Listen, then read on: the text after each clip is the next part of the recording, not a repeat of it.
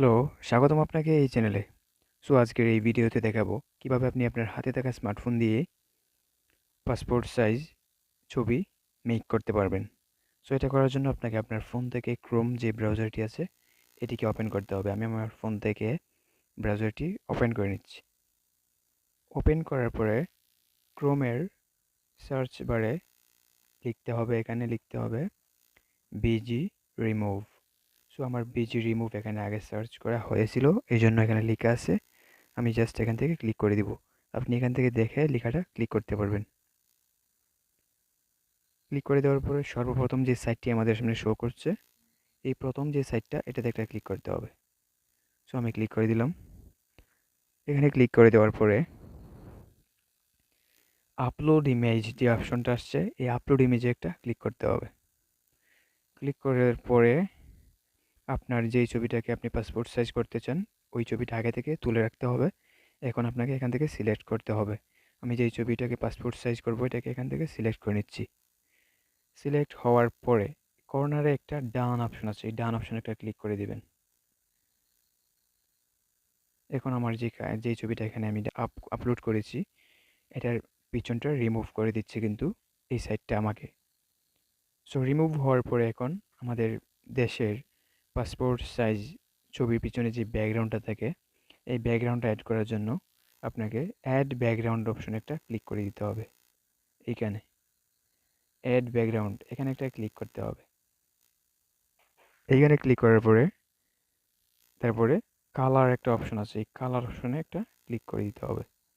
আমি এই কালার অপশনে একটা ক্লিক করে দিচ্ছি। ক্লিক করার পরে এখন আমার সামনে অনেকগুলো কালার শো করতেছে। এর মধ্যে দুইটা কালার যেটা আমাদের বাংলাদেশের পাসপোর্ট সাইজ ছবির পিছনে ব্যাকগ্রাউন্ড হিসেবে ব্যবহার করা হয়, এই দুইটা। এখন আমি এই দুইটা থেকে একটা দিয়ে দিলাম। আসলেই কিন্তু ছবিটা অসাধারণ দেখা যাচ্ছে। এখন এটাকে সেভ করার জন্য ডান একটা অপশন আছে, ডান অপশনে একটা ক্লিক করে দিব। ক্লিক করার পরে আমাদের ছবিটা কিন্তু কমপ্লিট। এখন শুধু সাইজ বসাতে হবে। এটাকে আগে ডাউনলোড করতে হবে। ডাউনলোড করার জন্য এখানে ডাউনলোড অপশনে একটা ক্লিক করে দিব। ছবিটা কিন্তু আমার ডাউনলোড হয়ে গেছে। উপরে দেখতে পাচ্ছেন ফাইল ডাউনলোডেড। এটা আপনার গ্যালারিতে চলে গেছে। এখন আবার এই ক্রোমের সার্চ বারে সার্চ করতে হবে।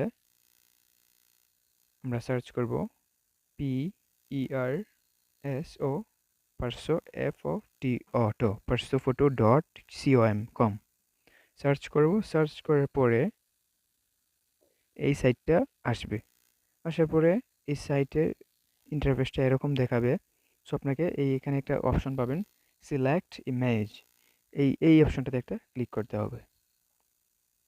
এখানে ক্লিক করার পরে এখানে আপনার তিনটা অপশন আসছে। ছবিটা যেহেতু আগে থেকে তোলা থাকবে এই জন্য মিডিয়া পিকার যে লেখাটা আছে অপশনটা এখানে একটা ক্লিক করে দিবেন। ক্লিক করার পরে আপনার যে কাঙ্ক্ষিত ছবিটা এটা গ্যালারি থেকে এখানে আপলোড করতে হবে। আপলোড করার জন্য আমি আমার গ্যালারিতে একটা ক্লিক করব। এখানে একটা ক্লিক করে দিব। ক্লিক করার পরে আমার যে ছবিগুলো আছে, আমি যেই ছবিটা ব্যাকগ্রাউন্ড রিমুভ করে পিছনে কালার দিয়েছিলাম এই ছবিটাকে সিলেক্ট করে নিচ্ছি। ছবিটা কিন্তু এখানে আপলোড হয়ে গেছে। এখন এই ছবিটা পাসপোর্ট সাইজের ছবি কিন্তু এতটা বডি দেখা যায় না, শুধু বুক থেকে মাথা পর্যন্ত। ছবিটাকে জুম করতে হবে। জুম করার জন্য এখানে প্লাস আইকন আছে, এই প্লাস আইকনে একটা ক্লিক করতে থাকবেন, তাহলেই কিন্তু এটা জুম হবে। তারপরে এখানে কিন্তু একটা আমাদের মাথার একটা শেপ আছে, এই শেপ বরাবর ছবিটাকে বসাতে হবে। আমি ছবিটাকে এখানে যে মাথার শেপটা আছে, এই মানুষের যেই ছবির যে কানগুলো আছে এই কানগুলো আমি সুন্দর করে এখানে এই শেপের সাথে মিশিয়ে বসিয়ে দিচ্ছি। ছবিটা কিন্তু দেখতে খুবই সুন্দর লাগছে। সো ছবি যদি জুম আউট করতে হয় তাহলে এই মাইনাস অপশনে একটা ক্লিক করতে থাকবেন, তাহলে জুম আউট হবে। আর জুম ইন করতে হলে প্লাস আইকনে ক্লিক করবেন। যেহেতু ছবিটা আমার বসে গেছে, ছবিটাকে আপনি উপর দিয়ে হাত দিয়ে নাড়া দিলেই এটা লড়বে। যেহেতু আমার এটা বসে গেছে সুন্দরভাবে, এটাকে আমি আর লড়াবো না। এখন আমি নেক্সট যে অপশনটা আছে এখানে একটা ক্লিক করে দেব। এইখানে ক্লিক করার পরে ছবিটা আমার কমপ্লিট হয়ে যাবে। এই যে অলরেডি কমপ্লিট হয়ে গেছে কিন্তু। এখন আমি এই কমপ্লিট অপশনে আরেকটা ক্লিক করে দেব।